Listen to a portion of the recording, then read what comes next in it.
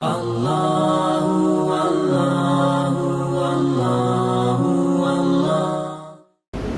kalangan orang Islam ini ada lagi syiar-syiar yang baik yang kita nampak.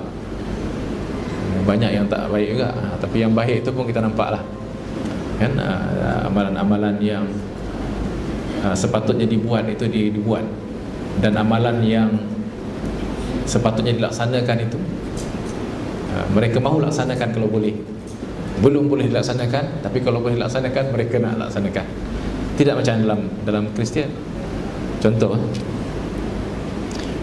dalam Exodus chapter 30 onwards diceritakan mengenai dengan hukum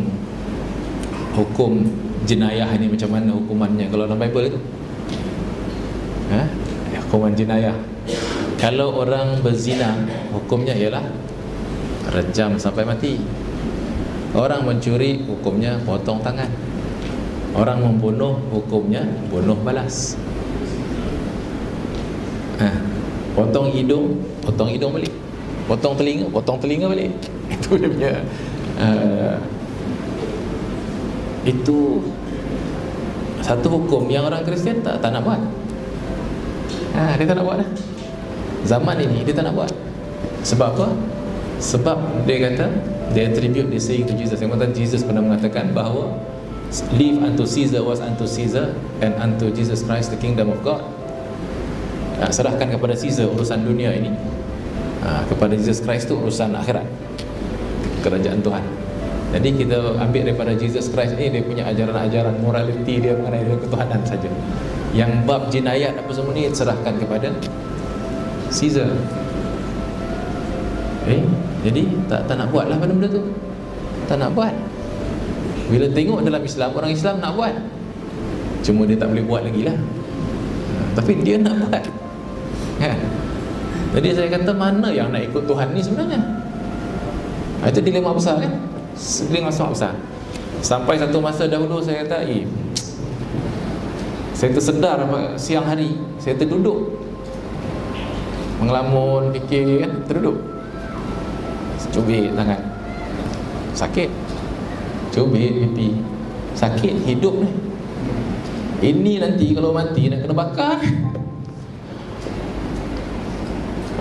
Mana yang betul? Kristian kata yang masuk syurga orang Kristiannya. Orang Islam kata yang masuk syurga orang Islamnya. Engkau Kristian confirm masuk neraka. Takut. Saya kena buat pilihan. Nak buat pilihan macam mana? Bapak saya kuat Kristian, emak kuat Kristian, makcik-pakcik sekali-sekala dia datang tengok apa jadi tentera Kristus kami ni. Apa dah jadi pada dia ni. Hari tu balik dah tak makan khinzir dah. Awal masa usia saya sangat awal lagi, saya dah tengok dalam Bible begitu. Saya tak sentuh dah benda tu. Sebab ini ajaran dalam agama Kristian pun tak boleh. Kenapa saya masih buat juga? Tak buat dah. Masa umur saya 17 tahun, saya buat keputusan bersunat sendiri. Bukan senang nak bersunat sendiri. Umur 17 tahun. Yalah, bukanlah buat sendiri. Mana buat sendiri? Klinik lah, hospital. Malu kan, umur dah 17 tahun. Tapi saya nak ikut apa yang dalam kitab, apa ajaran agama saya sebenarnya. Tapi saya kata tak boleh lah macam ni kan. Macam mana ni ajaran agama macam ni tak? Dan akhirnya saya merasa betul lah apa yang orang kata bahawa agama Kristian ni sebenarnya adalah ciptaan manusia. Human made-nya. Orang cipta satu agama atas nama agama Kristian, padahal dalam Bible tidak begitu.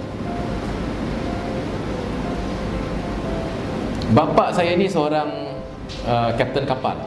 Dia bawa kapal dan dia juga seorang peninju. Saya takut bapa saya tu. Jadi bila saya masuk Islam tu, saya masuk Islam masa belajar di Amerika. Saya tak masuk Islam masa di Malaysia. Takut dengan bapa. Bila pergi Amerika rasa kebebasan, bebas nak jadi apa pun. Saya memilih untuk memilih agama yang fitrah pada saya, agama Islam. Di Amerika bila meluk agama Islam, malam saya memeluk agama Islam tu, saya merasa satu kebebasan, satu kegembiraan yang amat sangat. Rasa satu beban yang selama ini menghantui terlepas, kerana saya telah berjaya memilih jalan kebenaran. Masuk Islam ni, ni saya cerita masuk Islam pula. Saya nak masuk Islam, saya jumpa seorang Melayu. Saya kata pada dia, brother, saya nak masuk Islam. Kelang kabut dia. Dia tak tahu apa nak buat. Nanti pergi cari orang Arab. Masuk Islam pun nak kena cari orang Arab. Saya masuk Islam di tangan seorang orang Arab lah, orang Arab Saudi, Qais Al-Syarbati. Dia seorang pensyarah bahasa Arab di situ. Malam tu dia nak terima syahadah saya tu, dia cerita pasal Islam. Saya kata tak apalah, saya dah tahu Islam, saya nak masuk Islam. Pendek di malam tu, mengucap 2 kalimah syahadah, kata balik mandi. Balik mandi. Jadi bila saya balik tu, mandi tu, masa tu memang rasa terlalu, dia punya kesan dia, kita nak rasa masuk Islam ni, apa lagi yang lebih besar daripada pemberian nikmat Islam pada seorang itu. Menetes air mata, rasa bersyukur sangat. Saya kata rasa tu seperti orang yang mati hidup semula gitulah. Saya tak rasa perasaan tu lama sehinggalah bila pergi ke haji, masa wukuf di Arafah. Masa tu rasa balik perasaan tu. Jadi siapa yang pergi haji wukuf ke Arafah tahu perasaan macam mana. Sangat tinggi dia punya kesan. Jadi bila di Amerika masuk Islam ni, orang Amerika yang orang Islam di Amerika, cara menerima orang masuk Islam ni sangat bermakna. Orang-orang Arab ni, orang-orang Arab, orang Arab Afrika, daripada Somalia, daripada Palestin, daripada Arab Saudi, daripada Kuwait, dia orang ni berebut-rebut nak tawarkan kita, mari duduk kat rumah. 3 hari 3 malam duduk kat rumah. Kita pun masa tu bujang, pergi kan. Rasa macam mana indahnya ukhuwah Islamiah. Sebab di Amerika, orang-orang Islam ni dia tak ramai. Saya ingat kalau kat bandar kita tu berapa puluh ribu orang dia punya penduduk tu, orang Islam mungkin dalam 200 lebih orang je. Ada Islamic Center di situ. Islamic Center ni pula memang dituju oleh orang-orang yang tak suka Islam ni. Dia campak telur, campak molotov koktail. Tahu molotov koktail? Ini bukan koktail minum tu. Bom api, nampak? Jadi ada satu masa tu dia orang, ada orang buat macam tu, kita kejar berapa orang Arab ni lah, kejar, dapat dia belasah dulu baru pergi polis. Dia punya rasa izzah dengan Islam, merasa bila terhimpit orang Islam ni dia jadi kuat. Bila saya balik Malaysia, saya tak rasa benda tu. Culture shock pada saya orang Islam di Malaysia. Kita bila sembahyang jemaah, berhimpit, bukan sebab tak luas, masjid tu luas, kita tak ramai pun, tapi berhimpit kaki ni, rapat kaki ni. Sebab apa? Sebab kita rasa kehangatan ukhuwah, nak ikut sunnah Nabi, berebut duduk belakang imam solat tu. Rasa nak hidupkan sunnah Nabi tu ada situ. Balik kat Malaysia, masing-masing satu sejadah, seorang satu. Ini tak ada. Saya pergi, nak cerita ni, saya balik ke Sabah. Saya orang Sabah Jadi sembahyang Jumaat yang pertama saya balik tu, saya pergi dekat masjid negeri. Saya tengok sampai kat dalam masjid tu dah ada ramai orang juga. Nampak satu kapet, baik je kapet tu pergi belakang imam kan. Dia pun pergi belakang imam. Kita dapat belakang imam, duduk memang belakang imam. Ada sejadah-sejadah. Saya kata special belakang imam, pahala lebih kot, orang berebut. Tak lama lepas tu ada orang datang kat tepi-tepi ni sembahyang. Tapi bagus juga dia orang tak halau.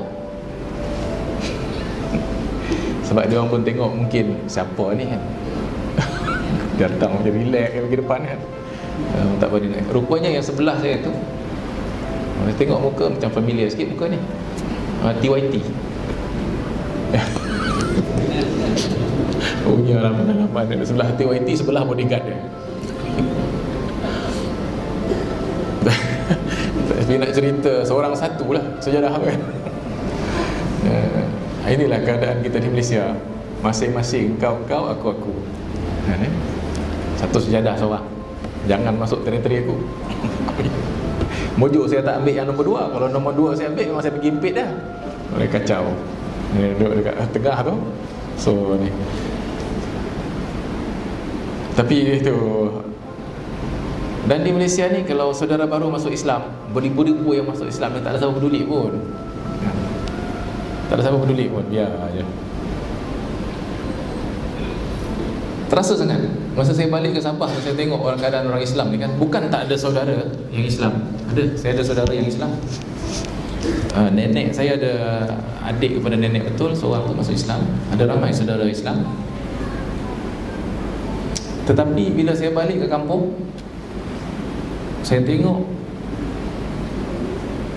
saya cari orang Kadazan. Saya Kadazan dusun Muslim saya tak jumpa. Saudara ramai ni, Kadazan dusun yang masuk Islam tu ramai, tapi saya tak jumpa. Sebab apa? Sebab semua dah masuk Melayu. Dia dah kahwin dengan orang Melayu, duduk dengan orang Melayu semua dah. Yang tinggal kat kampung tu semua Kadazan dusun yang tak ada, bukan Islam. Ini satu dilema juga lah. Yang menyebabkan orang Kadazan dusun yang belum Islam tu, dia rasa kalau nak masuk Islam ni kena buang dia punya budaya, kena. Jadi satu barrier, yang mana barrier itu dipergunakan oleh agama lain untuk mengatakan, baguslah kamu masuk agama kami kalau macam ni kan. Tak payahlah masuk Islam. Masuk Islam kamu jadi Melayu. Kamu nak kekal sebagai Kadazan dusun, Kristian. Kamu nak kekal sebagai Cina, Kristian. Sebab kalau Cina pun masuk Islam, masuk Melayu. Saya pergi ke kampung, satu kampung lagi menarik lah. Orang panggil penghuni untuk bagi ceramah pada Maulidur Rasul peringkat daerah. Satu daerah di Sabah tu lah. Daerah ni unik. Daerah ni paling ramai lah saudara baru ni daripada suku kaum Kadazan dusun. Dalam 90% Muslim di situ Kadazan dusun. Saya pergi ke situ berharap Maulidur Rasul, tapi tak ada orang dusun. Orang dusun ni ada pakaian dia. Dia pakai unik pakaian tu kan. Tapi saya tengok yang berharap tu semua Melayu. Semua Melayu. Padahal 90% daripada dia orang adalah Kadazan dusun. Ada satu yang unik lah. Dan dakwah di Malaysia ini, saya ingat, kalau kita tak boleh pecahkan mentaliti ini, bahawa masuk Islam ini masuk Melayu, dia akan susahlah nak masuk Islam itu kepada kaum lain. Padahal Islam ni bukanlah untuk seorang tu masuk Islam mesti masuk Melayu, tak semestinya kan. Di negeri Cina tu berapa ramai orang Cina Muslim. Di negeri India berapa ramai India Muslim, pakaian dia pakaian India. Di Cina tu pakaian dia pakaian Cina, tapi dia Muslim kan. Kenapa di Malaysia tak boleh? Ini bukan pendekatan perkauman, tetapi satu pendekatan yang perlu dipertimbangkan untuk memudahkan orang masuk Islam. Dia tidak perlu meninggalkan budaya dia untuk dia memeluk agama Islam. Dan kesan dia, kita pernah buat satu perarakan di Bintulu tu masa dahulu. Dan di situ ada masyarakat kaum Cina Muslim yang hampir dengan kita, dengan kami. Dan kita telah nasihatkan supaya dia orang ini bila buat Maulidur Rasul pakai pakaian Cina dia orang, menutup aurat dengan sempurna, tapi pakai pakaian Cina dan pamerkan dia punya kecinaan dia itu. Allah